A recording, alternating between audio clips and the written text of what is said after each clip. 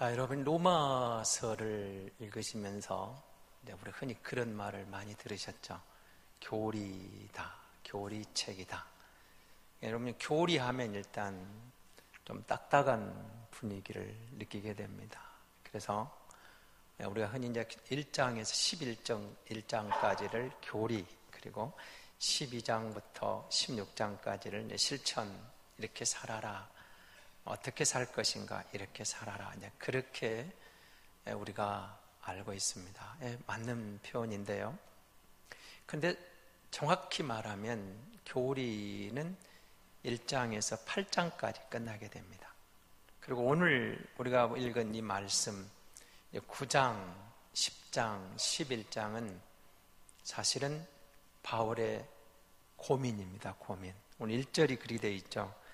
내가 그리스도 안에서 참말을 하고 거짓말을 아니하는데 나에게 큰 근심이 있고 마음에 그치지 않는 고통이 있는 것, 이것을 내 양심이 성령 안에서 나로 더불어 증거한다. 고민이 있다는 거예요. 바울에게도 아픔이 있습니다. 그러니까 여러분, 지금 바울의 여러분 심정을 한번 생각해 보시기 바랍니다. 바울은 유대인들로부터 어떤 소식을 듣고 있습니까? 변절자라는 거예요. 변절자. 얼마 전까지 그렇게 바리새인으로 율법의 정통에서 이 율법에 대해서 전문가, 그래서 예수 믿는 사람들을 잡아가고 잡아 죽이는 앞장섰던 바로 그 사람.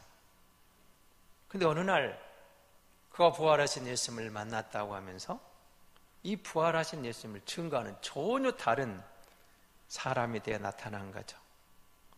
지금까지 예수 믿는 사람을 그렇게 미워하고 잡아가던 그가 그 예수를 위해서 생명 걸고 다니는 거예요. 그 이방인을 위해서 가는 곳마다 이 복음을 전하고 교회가 세워지고 어마어마한 일은, 이제는 유대인들이 어떤 생각을 하면 이 변절자를 죽여야 된다. 이제 죽이려고 앞장서는 거죠. 어떻게 해서 바울을 죽일까? 어떻게 해서 바울을 제거할까? 이런 이들에 대해서 바울은 이렇게 설명을 하는 겁니다. 나는 변절자가 아니고 정말 너희를 사랑한다. 그래서 여러분 9장, 10장, 11장에서 이 이스라엘 유대인들의 과거를 이야기하고 현재를 이야기하면서 미래에 대한 구체적으로 여러분 교리를 끝내면서 이 부분을 이제 언급해 가는 본문이 오늘 본문의 시작이거든요. 자, 이렇게 말을 하고 있는 바울이 여러분 그 뒤에 보시면 이제 이런 앞에 나와 있는 그리스도 안에서 내가 진실을 말한다, 거짓말을 하지 않는다, 내 양심이 증거하고 있다, 이런 말을 표현을 들어서 내 안에 있는 고통, 내 민족을 향한, 내 나라를 향한, 내 이웃을 향한 고통이 있다는 사실을 설명을 해가는 거죠. 그래서 제가 이 본문을 가지고 나라사랑이라는 제목을 잡아봤는데요, 바울이 어떻게 자기 민족을 사랑했는가.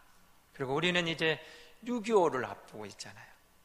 이 한반도 정세를 보면서 남북 정상회담이 이루어지고 북미회담이 이루어지고 뭐 평화통일이 될 것 같은 많은 변화가 우리 안에 지금 이루어지고 있습니다.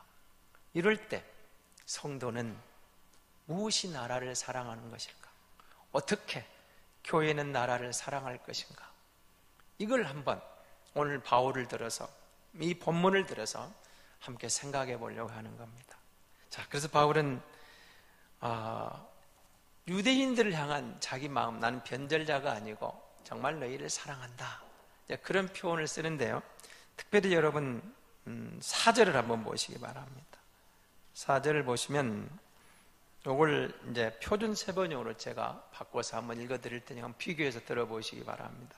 같은 표현들인데요. 내 동족은 이스라엘 백성입니다. 그들에게는 하나님의 자녀로서의 신분이 있고 하나님을 모시는 영광이 있고 하나님과 맺은 언약들이 있고 율법이 있고 예배가 있고 하나님의 약속들이 있습니다. 내가 이스라엘 사람입니다. 내 동족이 이스라엘입니다. 이스라엘의 특권을 이야기하는, 이스라엘의 특권, 이스라엘의 이권, 우리가 하나님의 자녀입니다. 하나님의 특별한 선택을 받았습니다. 우리가 하나님을 모시는 영광을 지금까지 누려왔습니다.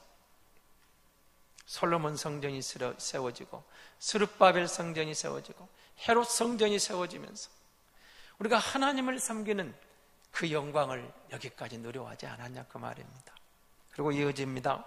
하나님과 맺은 언약들이 있습니다. 아브라함과 맺은 언약을 중심으로 해서 이어지는 모세와의 언약, 다윗과의 언약, 이어지는 모든 언약들이 바로 우리의 것입니다. 우리 선조한 것들입니다. 우리 민족의 것입니다. 우리가 그 언약의 주인공입니다. 그리고 율법이 있습니다. 하나님이 모세를 통해서 시내산에서 우리 언약을 주신 율법이 있습니다. 우리만이 갖고 있는, 이건 이방인이 갖고 있었던 게 아닙니다. 이스라엘 사람, 유대 민족, 우리가 갖고 있는, 우리만이 누렸던 이 율법을 누리고 갖고 있던 이 율법이 있습니다. 우리에게 예배가 있습니다. 내기를 통해서 5대 제사를 통해서 하나님께 이렇게 나아오라. 우리가 제사장들을 세우고 그 제사장들의 집례를 따라 하나님께 나아가는 길을 열린 예배가 있었습니다. 제사가 있었습니다. 그리고 하나님의 약속들이 선지자들을 통해서 고난을 통과하지만 힘들었지만 어려운 시기를 통과하지만 하나님 우리의 약속을 주셨어요. 그 약속들이 이루어진 시대가 바로 이 시대입니다. 예수 그리스도가 오셨습니다. 메시아가 오셨습니다.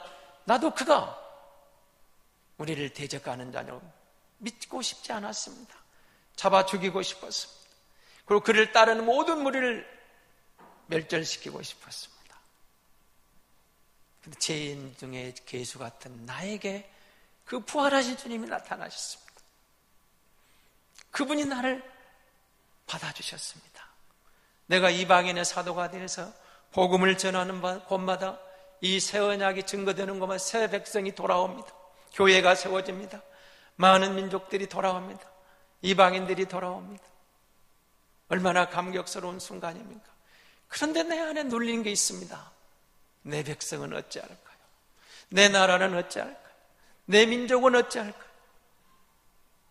그래서 그는 이렇게 기도하는 겁니다. 차라리 오늘 여러분 3절을 보십시오.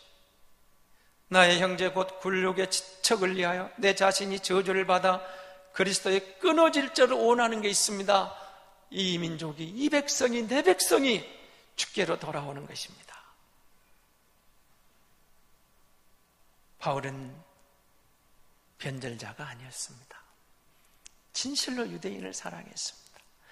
자기 민족을 사랑했습니다. 자기 조국을 사랑했습니다. 자기 백성을 사랑했습니다. 내가 저주를 받아 그리스도에 떨어지는 한이 있더라도 저들에게 이 진리가 깨달아졌으면 좋겠습니다. 저들이 돌아왔으면 좋겠습니다. 그러면서 많이 본 장면 같죠. 출애굽기 보면 여러분 32장에 보시면 그런 장면이 나옵니다. 모세가 시내산에서 율법을 받고 있는데 남아 기다리는 백성들이 아론에게 금부치를 빼주고 금송아지를 만들어 놓고 그걸 가지고 우리 하나님이라고 섬기고 있어요. 내려오던 모세가 돌판을 던져버리죠. 하나님이 모세에게 이렇게 제안을 합니다. 이 백성이 타락해서 다 제해버리자. 그리고 내가 너와 함께 새로 시작하자. 내가 너로 큰 민족을 이루겠다.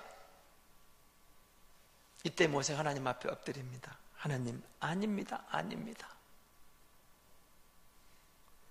하나님의 생명주에서 나를 뺄지언정 이들은 불쌍히 여겨 주옵소서. 이들을 긍휼히 여겨 주옵소서. 그 모세의 기도하고 이 바울의 마음하고 지금 여러분 일맥상통하지 않습니까? 이들은 나라를 이렇게 사랑한 겁니다. 내 민족을 사랑한 겁니다. 여러분 우리가 하나님의 생명주에서 제외되는 그게 어떤 말인지 아십니까? 하나님께 저주를 받는 게 어떤 뜻인지 아십니까? 가장 큰 재앙입니다. 그런데 이들은 그럴지라도 이 민족을 사랑합니다. 내 이웃을 사랑합니다. 이들을 긍휼히 여겨 주옵소서. 그렇게 엎드리는 겁니다. 그렇습니다. 그리스도인은 나라를 사랑하는 사람입니다. 우리의 역사를 보더라도 3.1운동 당시 일제 신사참배, 그리고 일제시대 대한 독립을 위해서, 그리고 6.25 공산주의 침략 가운데서 믿음의 선진들은 나라를 위해서 기꺼이 생명을 던지고 앞장섰던 그런 분들이 믿음의 용사들이었습니다. 성도는 바울처럼 이 민족의 영혼을 위해서 기도해야 될 책임이 있습니다. 그리고 우리는 정말 이 나라를 사랑해야 됩니다. 왜냐하면 하나님이 주신 나라입니다. 대한민국 우리에게 주신 우리의 보금자리입니다. 우리가 대한민국 사람입니다. 장점도 있고 단점도 있습니다. 자랑스러운 것도 있고 부끄러운 것도 있습니다. 자랑스러운 것은 더욱 빛내고 부끄러운 것은 하나하나 고쳐가는 겁니다. 이것이 주인이죠. 우리가 이 나라의 주인입니다. 그래서 우리는 좋은 것은 빛내고 잘못된 것은 고쳐가는 겁니다. 사람은 완벽한 인간이 없고 완벽한 제도도 없습니다. 이 대한민국은 자자손손 대대로 물려줄 우리의 유산입니다. 우리 시대 끝나는 것이 아니죠. 주님 다시 오실 그날까지 자랑스러운 내 나라, 내 민족입니다. 내 조국입니다. 그래서 우리는 이 나라를 사랑해야 됩니다. 우리 후손들에게 물려줘야 됩니다. 여러분, 세상에서 서러움 받지 않기 위해서도 우리는 나라를 지켜내고 애국애족을 해야 됩니다. 이미 우리 선진들은, 어르신들은 나라 잃은 서러움을 겪었어요. 생각하고 싶지도 않은 사건이지만 우리는 나라 잃은 서러움을 이미 겪었습니다. 1910년 8월 29일 국치일로 기억되는 그날, 일제에 우리는 나라를 빼앗겼습니다. 그리고 36년 동안 나라 잃은 서러움을 겪었어요. 여러분, 나라 잃은 서러움이 뭔지 아십니까? 여러분, 조금이라도 이해를 하시려면 낯선 곳에 여행을 가서 전망대를 올라가시든지 아니면 높은 곳에 한번 올라가서 쭉 야경을 한번 보십시오. 아름답죠? 참 아름답습니다. 그런데 말입니다, 여러분이 그 자리에서 내가 관광객이 아니고 내가 지금 이 자리에 있는데 이 휘황찬란한 야경을 바라보면서 내 집으로 돌아가야 되는데 돌아갈 데가 없는 그 밤을 여러분 한번 기억해 보십시오. 호텔이 아니고 내 집으로 돌아가야 되는데 돌아갈 곳이 없어요. 그 순간 그 야경이 뭐가 아름답겠습니까? 서럽죠. 내 이 한 몸 뉘울 곳이 없구나. 나라 잃은 서러움이라는 것은 그것과 비교가 안 되는 겁니다. 더 확장시켜 보시면 되는 거예요. 내 나라가 없어요. 오갈 데가 없어요. 나를 지켜줄 국가가 없어요. 여러분, 해외에 나가서 어떤 사고가 터지면 우리나라가 제일 먼저 하는 내 백성이 거기 있는가를 보잖아요. 대한민국 사람이 그 사건 사고 가운데 있는가? 큰 사건 사고가 터져서 아쉽고 안타깝고 불쌍히 여기는 마음이 생겨도 대한민국 사람이 없다 하면 일단 안심이 돼요. 그렇잖아요. 그럼 대한민국 사람이 거기에 사고를 당해서 고통을 당하고 있다. 나라는 즉각 조치를 취해야죠. 대사관 직원들이, 영사관들이, 아니면 외교노를 최선을 다해서 자기 백성을 건지러 가고 도우러 가는 겁니다. 근데 나라가 없다는 것은 어떤 일을 당해도 그런 조치를 취해줄 만한 행정력이 사라졌다는 겁니다. 서러움이죠. 집 없는 서러움하고 비교가 되겠습니까? 그래서 우리는 이 나라를 지켜야 됩니다. 정말로 이 나라를 지키고 사랑하는 것이 하나님께서 기뻐하신 일이기도 합니다. 하나님을 우리를 이 민족에 태어나게 하시고 여기까지 인도하신 것은 여러분 하나님의 뜻이 있습니다. 우리가 대한민국 사람이에요. 대한민국 사람이에요. 아쉽게도 대한민국은 아직까지 이념 전쟁이 끝나지 않았습니다.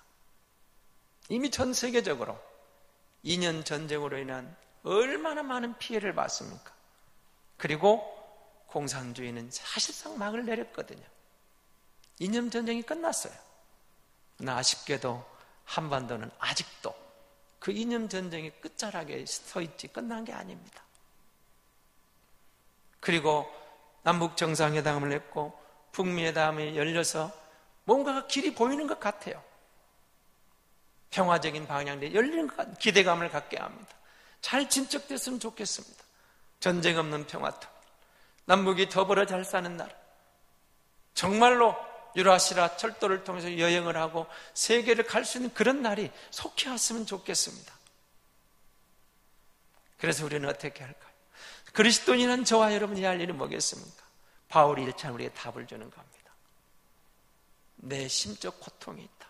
내 마음의 아픔이 있다. 내가 너희를 변절한 게 아니다. 너희를 배신한 게 아니다. 내 민족을 버린 게 아니다. 나는 내 민족을 너무 사랑하고 너무 아낍니다. 이 진리를 내면하는 내 민족이 아프다는 거예요. 그래서 바울은 그들을 위해 기도하고 우리가 누구인가를 과거를 회상하는 거예요. 언약의 백성, 하나님을 섬기는 백성, 약속의 백성, 하나님을 예배하던 백성, 하나님의 특별한 선택을 받은 우리가 이스라엘, 우리가 유대인이라는 거예요. 우리가 이스라엘이라는 거예요. 그런데 오늘 우리는 왜 이 모양이에요? 그 메시아를 거부하고 내가 복음을 전하는 곳마다 모든 백성들, 많은 사람들이 복음을 듣고 교회를 세우고 새 언약의 주인공으로 주께로 돌아온 내 백성은 돌아오지 않는 거예요. 바울은 그게 너무 아픈 거예요. 그래서 그들에게 진심이다. 내가 거짓말하는 게 아니다. 내 양심이 증거한다.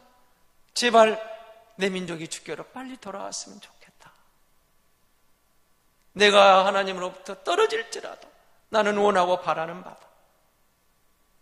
그래서 현재 돌아오지 않는 민족에 대한 안타까움을 고백하는 거죠. 그러면 그는 11장에 가면 이런 말을 합니다. 하나님께서 마침내 이스라엘을 회복할 때가 올 것이라는 희망을 던지고 마무리를 하거든요. 미래를 보면서 과거 우리가 이런 백성이었는데 지금 이렇게 거부하지만 앞으로 하나님이 우리를 회복할 때가 있는 그 날을 보기에 이루가 된다는 거죠. 성도는 이 나라와 이 민족을 위해서 기도해야 됩니다. 정말 기도해야 됩니다. 여러분 함께 기도해야 되고 개인적으로 기도해야 되고 정말 하나님 이 땅을 불쌍히 여겨달라, 긍휼히 여겨달라, 우리가 기도해야 되는 것입니다. 그럼 어떻게 구체적으로 우리는 기도하며 나라 사랑을 실천할까요? 여러분 이런 말 많이 들어보셨죠? 노블레스 오블리주라는 말입니다. 이건 유럽 사회에서 귀족들이 자발적으로 귀족의 의무를 갖고 이웃을 돌아본다, 내게 있는 것을 나눠준다, 그런 의미가 있습니다. 그럼 여러분 이 말 속에는 오늘 그리스도인은 여러분 나눔이라는 실천을 실현하는 겁니다. 내게 있는 것 중에 누군가 나눌 수 있는 것들 함께 나누는 겁니다. 다시 말하면 나만 좋으면 대가 아니고 나만 행복하면 대가 아니고 내 이웃과 함께 나도 행복하고 이웃도 행복하고 내가 누군가에게 손길을 펼쳐서 그가 힘을 얻고 행복할 수 있다면 손을 내미는 사람, 이런 것을 애국이라고 말하는 겁니다. 그리고 무엇보다도 여러분 일을 하되 최선을 다하는 겁니다. 우리는 다양한 일을 하고 있습니다.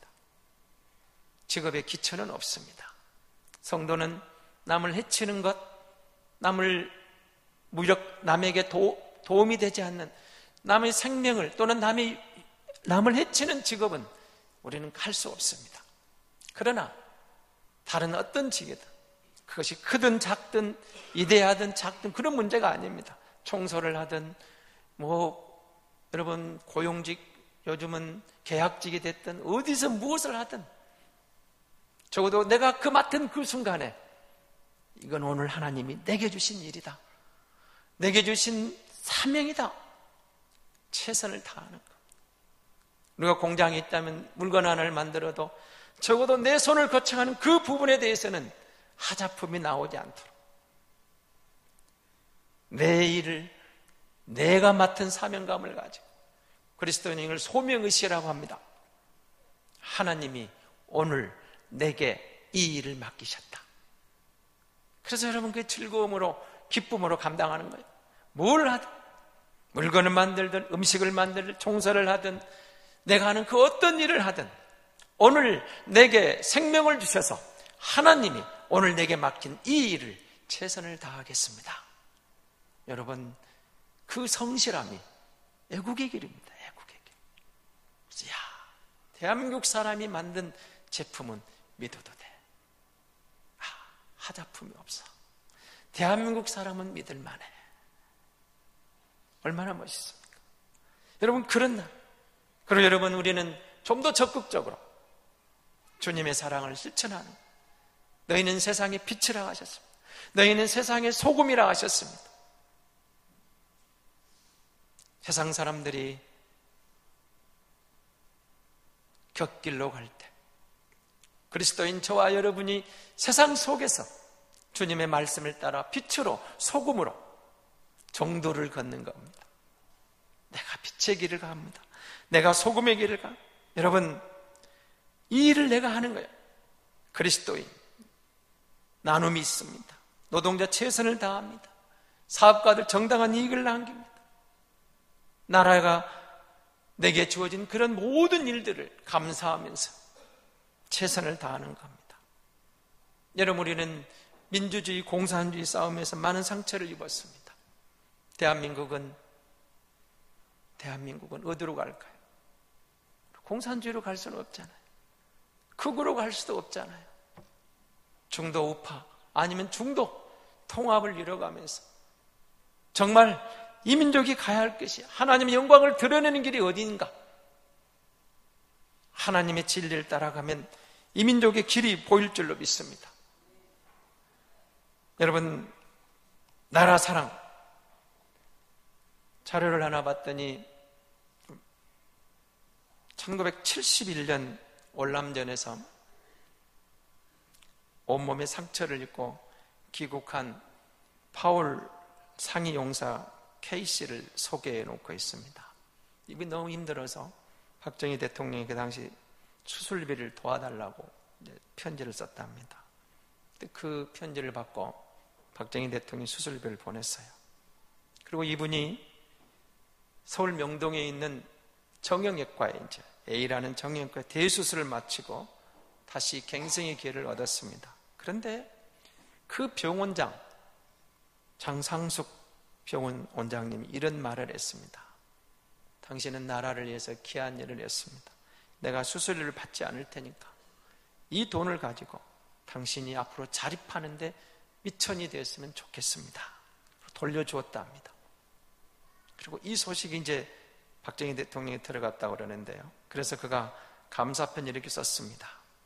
나라를 위하여 심신을 바친 상용사에게 장여사께서 베푼 혜택은 행동으로 애국애족의 높은 덕택이며 국민에게 훌륭한 기감이 될 것으로 믿고 대통령으로 진심으로 취하는 바입니다. 친히 친서를 보냈다고 합니다. 사소한 것 같지만 아름다운 나라 사랑의 모습입니다. 여호와를 자기 하나님으로 삼은 나라, 곧 하나님의 기업으로 빼심받은 백성은 복이 있다고 말씀하셨습니다. 가르발디는 19세기 이탈리아의 개혁과 통일운동에 공헌한 국민적 영웅입니다. 어느 날 이 가리발디가 청년들을 모아놓고 민족을 위해 싸우자고 역설을 했습니다. 그때 한 청년이 나와 이렇게 물었습니다. 만일 내가 조국을 위해 싸운다면 그 대가가 무엇입니까? 이렇게 물었습니다. 이 말을 들은 가리발디가 이렇게 단호하게 말했습니다. 칼에 베인 상처, 심한 부상, 끝내 죽음이 대가로 주어질 것입니다. 그러나 잊지 마십시오. 그대들의 상처와 죽음으로 이탈리아는 자유로운 나라가 될 것이고 우리의 후손은 평화롭게 살 것입니다. 우리네가 애국하는 것은 당장에 내 앞에 눈에 보이는 이익 때문은 아닙니다. 성도는 나라를 더욱 사랑해야 됩니다. 대한민국을 더욱 사랑해야 됩니다. 우리가 한국인이기 때문에 대한민국을 사랑해야 됩니다. 기독교인 공무원은 더 정직해야 됩니다. 기독교인 사업가는 이익이 더 많은 이익을 애국을 해야 되고, 기독교인 시민은 질서를 지키고 자기에게 주어진 작은 책임을 다해야 되는 겁니다. 성도는 자신이 소유한 것을 가지고 자신의 은사를 가지고 자기가 잘하는 그것을 다 사용해서 정말로 나라를 사랑하고 아낄 줄 알아야 됩니다. 기독교인은 신앙의 자유를 지키기 위해서도 대한민국을 사랑하고 애국애족을 해야 되는 것입니다. 6.25 여러분 가슴 아픈 상처를 하는 그날이 이제 68주년이 다가왔죠. 전쟁 세대와 전쟁 후 세대 간에 많은 갈등이 있습니다. 전쟁 세대는 전쟁의 비참함을 알기 때문에, 공산주의 실체를 경험했기 때문에 두려운 것이죠. 그 이후 세대는 그에 실감나지 않는 일들입니다. 그러나 여러분 기억하셔야 됩니다. 전쟁은 가장 큰 재앙입니다. 우리는 그래서 이 나라 민족을 기도할 때 전쟁이 없는 통일을 기도해야 됩니다. 그리고 정말로 누가 뭐라 해도 우리는 자유민주주의 통일을 이루어야 돼요. 그래서 이 나라가 미래가 있어야 되지 않겠습니까? 사랑하는 성도 여러분, 바울은 나라를 사랑하는 마음으로 그들을 위해서 그 영혼들을 위해 기도하는 것을 우리에게 보여줍니다. 나는 너희를 배신한 게 아니다. 변절자가 아니다. 내가 이 진리를 만나노라. 내 양심이 증인이다. 내 마음이 고통스럽다. 내 민족이 돌아오는 게 아픕니다. 여러분 성도는 이 영혼 구원을 위해서 기도할 뿐만 아니라 정말 대한민국이 자랑스러운 대한민국으로 우리 후손에게 물려줄 수 있도록 내가 있는 그 자리에서 내가 맡은 그 일에 대해서 성실하게 책임을 다할 때 대한민국은 더 나은 모습으로 하나님이 주시는 번영과 축복을 누리게 될 줄로 믿습니다.